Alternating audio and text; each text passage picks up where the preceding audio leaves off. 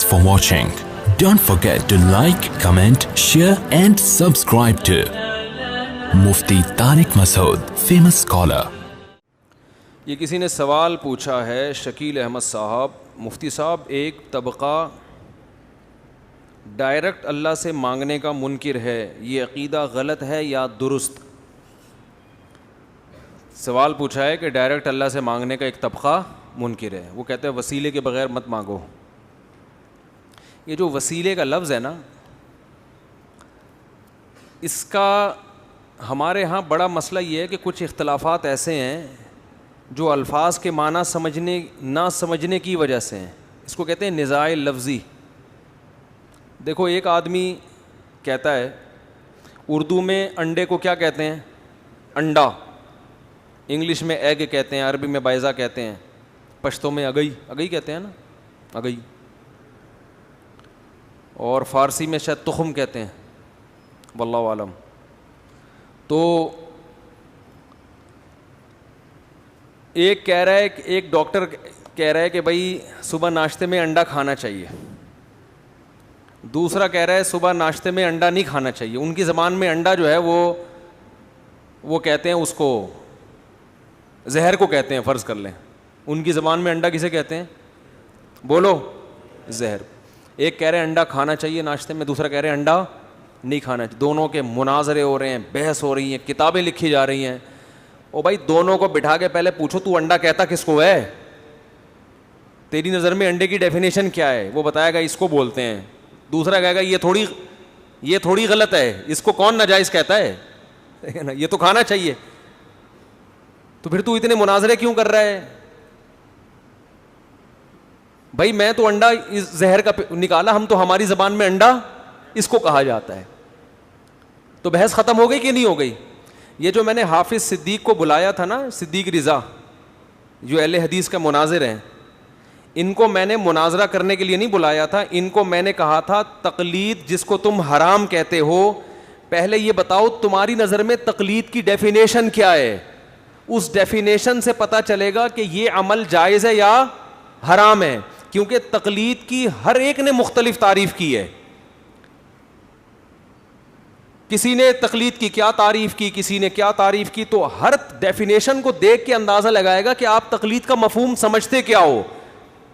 میں نے ان کو بڑی بھائی بندی میں کہا تھا بیٹھ جاتے ہیں، میں نے کہا ہو سکتا ہے تقلید آپ کی نظر میں جس چیز کا نام ہے ہم بھی اس کو ناجائز ہی کہتے ہوں، تو ہمارا پھڈا وہیں سے کیا ہو جائے گا، مناظرے کی ضرورت ہی پیش نہیں آئے گی۔ سمجھ میں نہیں آ رہی بات؟ تو پہلے یہ طے کرنا پڑتا ہے کہ آپ جس کو تقلید کہہ رہے ہیں وہ ہے کیا۔ وہ کہہ رہے تھے مولانا سرفراز خان صفدر صاحب نے یہ لکھا، فلاں مفسر۔ ابے بھائی فلاں نے، بہت لوگوں نے مختلف تعریفیں کی ہیں اور اسی لحاظ سے ہر ایک نے الگ مسئلہ بیان کیا ہے، کسی نے کہا ناجائز ہے، کسی نے کہا حرام ہے، کسی نے کہا حلال ہے، کسی نے کہا واجب ہے۔ تو پہلے آپ یہ بتاؤ کہ آپ کی نظر میں تقلید کی ڈیفینیشن ہے کیا؟ تو وہ جب تک متعین نہیں ہوگی ہم اس پر بحث آگے نہیں کریں گے۔ تو اسی وجہ سے میں نے محترم سے کہا تھا کہ آپ تقلید کی تعریف جو آپ جس کو تقلید کہتے ہیں وہ لکھ کے دو، پھر ہم اس پہ بحث کریں گے کہ یہ عمل، لفظ کو نہیں دیکھیں گے، لفظ کو نہیں دیکھیں گے، یہ دیکھیں گے کہ یہ والا عمل یہ اسلام میں جائز ہے یا ناجائز۔ اور آج بھی میں حافظ صدیق رضا کو کہہ رہا ہوں کہ آپ تقلید کی ڈیفینیشن جس کو آپ تقلید کہتے ہو لکھ کے دو پہلے، پھر اس سے ہٹنا نہیں ہے آپ نے۔ پھر یہ نہیں کہنا مولانا سرفراز خان نے یہ لکھا تو مولانا فلاں نے یہ لکھا تو فلاں مفسر نے یہ لکھا۔ جس نے جو لکھا ہے اس کے حساب سے تقلید کا حکم کیا ہو جائے گا؟ چینج ہو جائے گا۔ آپ بتاؤ آپ کی نظر میں تقلید کسے کہتے ہیں؟ آج حافظ صدیق رضا لکھ کے دے دے کہ میری نظر میں تقلید اسے کہتے ہیں، میں اس سے مناظرے کے لیے بولو تیار ہوں۔ اور اگر وہ لکھ کے نہیں دے گا اس کا مطلب مناظرے سے وہ بھاگ رہا ہے، میں نہیں بھاگ رہا۔ پھر یہ نہیں بتاؤ فلاں مفسر نے یہ، کیونکہ یہ لفظ ہے، لفظ کو ڈیفائن اہل لغت کرتے ہیں، قرآن و حدیث لفظ کی تعریفیں لے کے نہیں بیٹھتا۔ سمجھ میں آ رہی بات؟ ہم قرآن سے نہیں پوچھیں گے تقلید کسے کہتے ہیں، حدیث سے نہیں پوچھیں گے، ہم جو تقلید کو جائز یا ناجائز کہے گا نا ہم اس سے پوچھیں گے آپ کی نظر میں تقلید کی ڈیفینیشن کیا ہے، اس پہ آگے بحث ہوگی۔ ورنہ لا حاصل بحث ہے، آپ لڑتے رہو اہل حدیث سے، وہ کہہ رہے تقلید حرام ہے، ہم کہہ رہے ہیں تقلید واجب ہے، وہ تقلید کا مفہوم کچھ اور لے رہا ہے، آپ تقلید کا مفہوم کچھ اور لے رہے ہو, تو پھٹا قیامت تک ہوتا رہے گا, اور مرغوں کی طرح لڑتے ہیں نا جیسے, وہ لڑائیاں ہوں گی.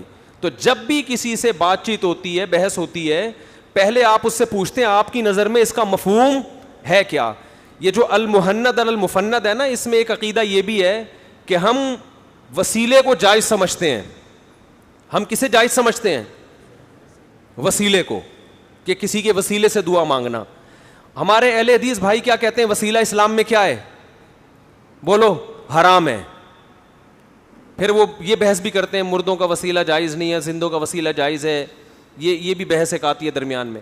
بھائی وسیلے کے پہلے ڈیفائن کرو, آپ کی نظر میں وسیلے کا مفہوم کیا ہے, ہماری نظر میں وسیلے کا مفہوم کیا ہے.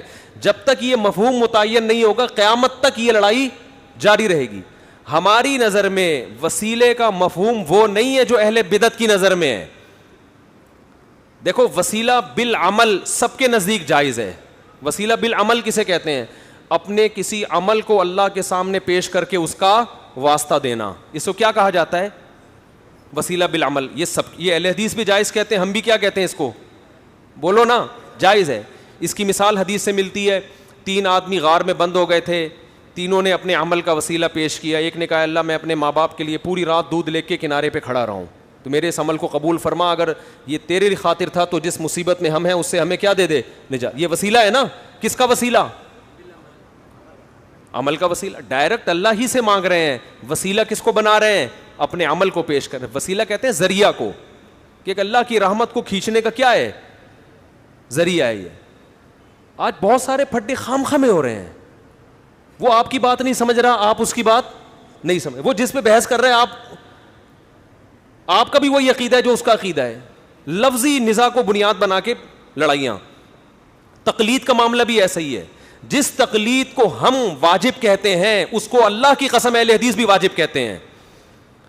اس کو وہ کرتے ہیں. واجب کہنا تو دور کی بات, وہ سارے یہی کر رہے ہیں. اہل حدیث کی عوام اپنے علماء کی تقلید کرتی ہے, وہ تقلید جس کو ہم تقلید کہہ رہے ہیں. اور جس کو اہل حدیث علماء جس تقلید کو حرام کہہ رہے ہیں اس کے ہم بھی قائل نہیں ہیں. وہ تقلید اور طرح کی ہے. اور ہم جس تقلید کے واجب یا جائز ہونے کی بات کر رہے ہیں وہ تقلید, اس کی ڈیفینیشن الگ ہے. اس کی اب آپ اگر مفسرین کی کتابوں میں جاؤ گے, فلاں نے یہ لکھا, تو فلاں نے, ہر آدمی نے اپنے حساب سے الگ الگ اصطلاح میں تعریف کچھ اور ہے, لغت میں تعریف کچھ اور ہے, پھر فقہا کی اصطلاح کچھ اور ہے, محدثین کی اصطلاح کچھ اور ہے. اصطلاحی الفاظ دیکھو, کسی چیز کا میڈیکل نام کچھ اور ہوتا ہے, عوامی نام کچھ اور ہوتا ہے. اگر یہ کورونا کا نام کووڈ-19 ہے نا, یہ تو ڈاکٹروں نے رکھا ہے. گاؤں دیہات میں کسی کو کورونا کو کووڈ-19 تھوڑی کہے گا, وہ پتہ نہیں کچھ اور سے تعبیر کرے گا, بلا آئی ہوئی ہے, کچھ بھی کہہ سکتا ہے وہ. تو پہلے آپ لفظ کے میننگ متعین کریں گے کہ آپ جس تقلید کے جائز یا ناجائز سمجھ رہے ہیں اس کی میننگ آپ کی نظر میں کیا ہے, اس کے بعد بات آگے چلتی ہے.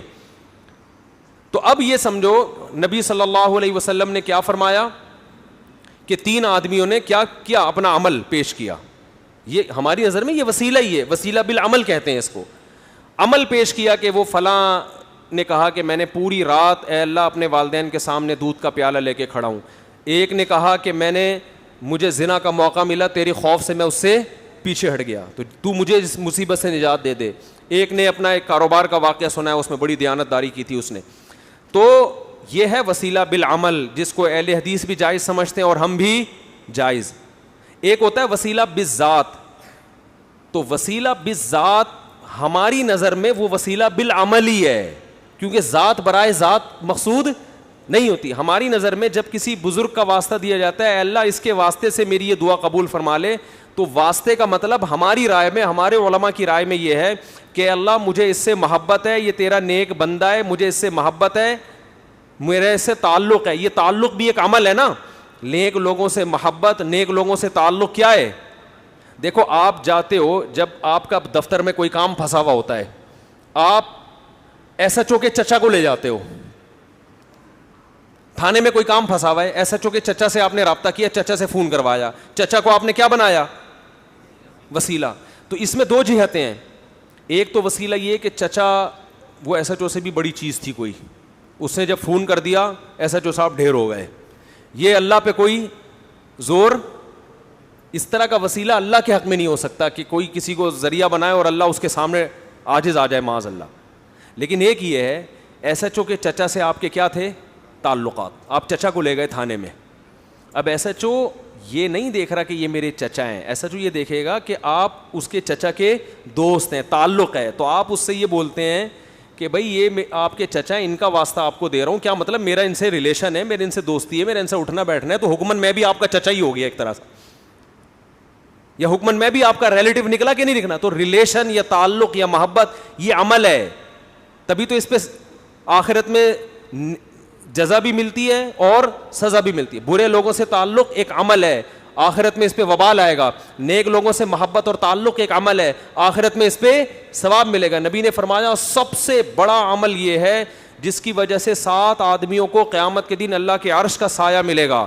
ان میں ایک وہ آدمی یتحابان فی اللہ اجتمع علیہ وتفرقا علیہ, صرف اللہ کے لیے آپس میں کیا کرتے ہوں, محبت.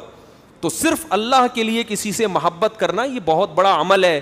تو علماء دیوبند کی نظر میں جب کسی بزرگ کا واسطہ دے کے اللہ سے مانگا جاتا ہے تو بزرگ برائے بزرگ مراد نہیں ہوتے, ان بزرگ سے تعلق اور محبت مراد ہوتی ہے کہ میرا ان سے تعلق ہے, میرا ان سے محبت ہے, یہ ہمارے درمیان موجود ہے, ان کی وجود ہمارے لیے باعث سعادت ہے, اس کا ہم تجھے واسطہ دے رہے ہیں. تو یہ عمل ہی ہے, اس کو نہ اہل حدیث ناجائز کہہ سکتے ہیں, نہ ڈاکٹر ذاکر نائک, نہ کوئی اور عالم. سمجھ میں آ رہی ہے بات؟ نہیں آ رہی میرا خیال ہے.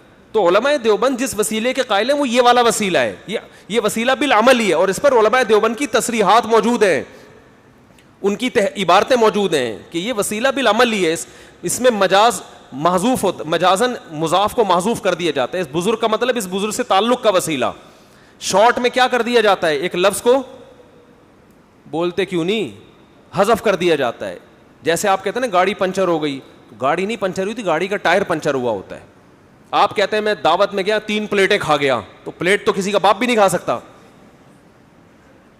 تو پلیٹوں کے اندر بھی آپ نے ان شارٹ کہہ دیا ہوتا ہے. تو ان شارٹ کہا جاتا ہے اس کا واسطہ, اس کا واسطہ, فلاں کا واسطہ, اللہ تجھے مطلب میرے اس سے تعلق ہے. تبھی کسی چرسی ہیروئنچی کا واسطہ بولو نہیں دیا جاتا, بزرگوں کا واسطہ دیا جاتا ہے. ہاں اس پر اتنا ضرور اشکال ہوتا ہے کہ بعض دفعہ عوام اس فرق کو نہیں سمجھتی کہ یہاں مضاف محذوف ہے, تو عوام کو غلط عقیدے سے بچانے کے لیے اگر کسی کی یہ رائے ہے کہ یہ وسیلے کا لفظ درمیان سے نکال کے ڈائریکٹ اللہ سے مانگنا چاہیے, اگرچہ آپ کی نیت درست ہے, آپ کا مطلب مجھے اس بزرگ سے محبت ہے, تعلق ہے, اس کا وسیلہ, لیکن عوام میں اتنی سمجھ نہیں ہوتی کہ وہ اس باریکیوں کو جانے. لہذا عوام کو وہ یہ سمجھ رہی ہوتی ہے وسیلہ بالذات, یہ ذات برائے ذات مقصد ہے. تو اس لیے عوام کو کنفیوژن سے بچانے کے لیے اگر یہ وسیلے کا لفظ کچھ دنوں کے لیے مارکیٹ سے شارٹ کر دیا جائے, تو میری رائے بھی یہی ہے کہ اس میں کوئی خرابی نہیں ہے. بھائی ڈائریکٹ اللہ سے یوں مانگ لو اللہ, اور اگر کسی بزرگ کا واسطہ دینا تو ڈائریکٹ محبت کا لفظ ہائی لائٹ کر لو, اللہ مجھے میرا خیال ہے کہ یہ تیرا نیک بندہ ہے. یقینی طور پر تو کسی کو نیک بندہ نہیں کہہ سکتے آپ, مجھے ایسا لگتا ہے کہ 4 شادیاں ہیں تو شاید نیک ہی ہوگا یہ, تو اس کی 4 شادیوں کا واسطہ, مطلب چوڑے میں تو آ گیا نا یہ صحیح ہے نا. تو اللہ تجھے اس نے سنت زندہ کرنے کے لیے اپنے آپ کو اللہ ذبح کروا دیا.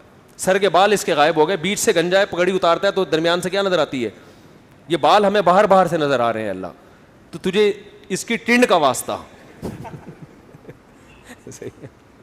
تو یہ جو مضاف ہے نا, جو محذوف ہے, اس کو ہائی لائٹ کر دے آدمی یا ڈائریکٹ بول دے تاکہ کوئی بدعتی آدمی کو تائید نہ ملے. تو یہ میری ایک رائے ہے, لیکن یہ بھی قرآن و حدیث نہیں ہے, رائے کا اختلاف کا پورا حق ہوتا ہے. دوسرا کہہ سکتا ہے کہ بھائی مجھے آپ کی رائے سے اتفاق نہیں ہے, نہ کوئی اس سے شرک پھیل رہا ہے, کچھ بھی نہیں ہو رہا, خام ایک چیز کو بنا لیا, تو چلو چلتا ہے پھر, وہ بھی ٹھیک ہے, یہ بھی ٹھیک. تو یہ جو وسیلے کے لفظ پہ اتنی بحثیں چل رہی ہیں, یہ وسیلے کے لفظ کا مفہوم پہلے متعین کرو کہ تمہاری رائے میں وسیلہ کسے کہتے ہیں, ہماری رائے میں وسیلہ کسے کہتے ہیں. تقلید کی ڈیفینیشن ابن قیم نے الگ کی ہے, ابن تیمیہ نے الگ کی ہے, علامہ سرفراز خان صفدر صاحب نے الگ کی ہے, حضرت فلاں نے الگ کی ہے, وہ ہر ایک الگ الگ حکم بیان کر رہا ہے. سمجھتے ہو؟ تو پہلے آپ بتاؤ آپ کی نظر میں کیا اس کا تصور ہے, ہم اس پہ بحث کریں گے کہ یہ جائز ہے یا ناجائز. تبھی حافظ صدیق رضا نے کہا نا کہ تقلید کہتے ہیں بلا دلیل کسی کی بات کو ماننا. تو میں نے کہا تو بہت سارے تابعین نے صحابہ کی باتوں کو بلا دلیل مانا ہے. اس پہ فوراً وہ ہمارے مشہور زمانہ نے کلپ بنا لیا کہ وہ صحابہ تھے اور تم کیا ہو, تم تو کوئی دیوبندی ہے, تو کوئی بریلوی ہے, تو کوئی فلانا ہے, تو کوئی ڈمکانا. تو بات جو چل رہی ہے اس کو موضوع سے ہٹا دیا. ہماری بات آپس کی بحث ہو رہی ہے, ہم تقلید کی کو ڈیفائن کر رہے ہیں, تم درمیان میں بلا وجہ تمہیں کون پوچھ رہا ہے, تم سے پوچھا کسی نے؟ وہ خام خواہ میں بیٹھ کے اپنا ایک وہ ایفیشنسی جھاڑنے کی کوشش کی ہے. تو یہاں بھی یہی مسئلہ ہے کہ یہ جو انہوں نے سوال پوچھا ہے نا, ایک طبقہ ڈائریکٹ اللہ سے مانگنے کا منکر ہے, یہ عقیدہ غلط ہے یا درست؟ تو اللہ سے ڈائریکٹ ہی مانگا, اگر وسیلہ بھی ہونا تو وہ بھی ڈائریکٹ اللہ ہی سے مانگا جاتا ہے. جو لوگ اپنے عمل کا وسیلہ پیش کر رہے تھے وہ بھی ڈائریکٹ کس سے مانگ رہے تھے؟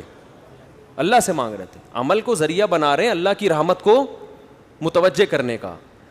تو محبت بھی ایک عمل ہے. جب کسی بزرگ کا واسطہ دیا جاتا ہے تو اللہ ہی سے ڈائریکٹ مانگا جا رہا ہے, ان بزرگ سے یا صحابہ سے یا تابعین سے یا اہل بیت سے. جیسے عبداللہ بن عباس کا واسطہ دیا بعض صحابہ نے, تو یہ اہل بیت سے کہ ہمیں بھی ان سے محبت ہے, یہ ہمارے درمیان موجود ہے, ان کا خیال کر لے اللہ تو یہ محبت کا, یہ نبی سے بھی جائز ہے, نبی کا وسیلہ کہ ہم ان کے امتی ہیں, اللہ تو ان کے واسطے سے. تیری جو کرم محمد صلی اللہ علیہ وسلم اور ان کے امتیوں پر ہوا ہے وہ باقی بنی اسرائیل پر نہیں ہوا, تو محمد صلی اللہ علیہ وسلم کا واسطہ دے رہے ہیں کہ ہم ان کے امتی ہیں. تو امتی ہونا یہ بھی ایک عمل ہے, اگرچہ غیر اختیاری عمل ہے, یہ اللہ کی طرف سے ہمارا, لیکن ہمارا کوئی دخل نہیں ہے نا, لیکن ہو تو گیا نا. ایمان کا واسطہ دیا جاتا ہے, اللہ تو نے جو ہمیں ایمان دیا اس کا واسطہ کہ تو ہمارے گناہ کو معاف کر دے. تو یہ ایمان اختیاری تھوڑی, ہمیں تو گاڈ گفٹڈ ایمان ملا ہے نا, ماں باپ کی وجہ سے ملا ایمان. تو عمل غیر اختیاری ہو یا اختیاری ہو اس کا وسیلہ دیا جا سکتا ہے. لیکن میری رائے یہی ہے کہ جو صحابہ میں عام طور پہ دعا مانگنے کا رواج تھا تو اسی کو زیادہ فوکس کرنا چاہیے. ایسا لفظ درمیان میں کیوں لے کر آ رہے ہو جس کے مطلب بیان کرنے پڑیں. لیکن المحند میں جو علماء دیوبند کا عقیدہ لکھا ہوا ہے نا کہ وسیلے سے دعا مانگنا جائز ہے, اس کے مراد یہ والا وسیلہ ہے, اور اس کے ناجائز ہونے کا کوئی بھی دنیا میں قائل نہیں ہو سکتا. جنہوں نے ناجائز لکھا ہے وہ اس کو نہیں لکھا ہے, اس کو کہہ نہیں سکتے, یہ تو عمل ہے. سمجھتے ہو؟ اب کوئی کہ قرآن و حدیث سے دکھاؤ یہ وسیلہ بالعمل ہے, تو لغت قرآن و حدیث سے نہیں دکھائی جاتی. میں اگر کہہ رہا ہوں 3 پلیٹیں کھا گیا, ایک آدمی قسم اٹھاتا ہے کہ خدا کی قسم بریانی کی 3 پلیٹیں کھاؤں گا میں, اور اس نے پلیٹیں نہیں کھائیں, بریانی کھائی.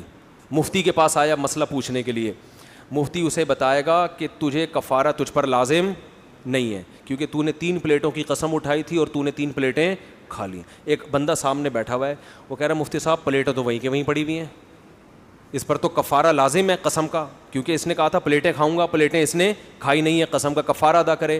میں کہوں گا کہ بھائی لغت یہ کہتی ہے کہ جب کوئی کہتا ہے نا پلیٹ, تو پلیٹ سے مراد کیا ہوتا ہے؟ اس کے اندر کا کھانا. اب وہ کہ قرآن و حدیث میں دکھاؤ کہ پلیٹ سے مراد کیا ہے,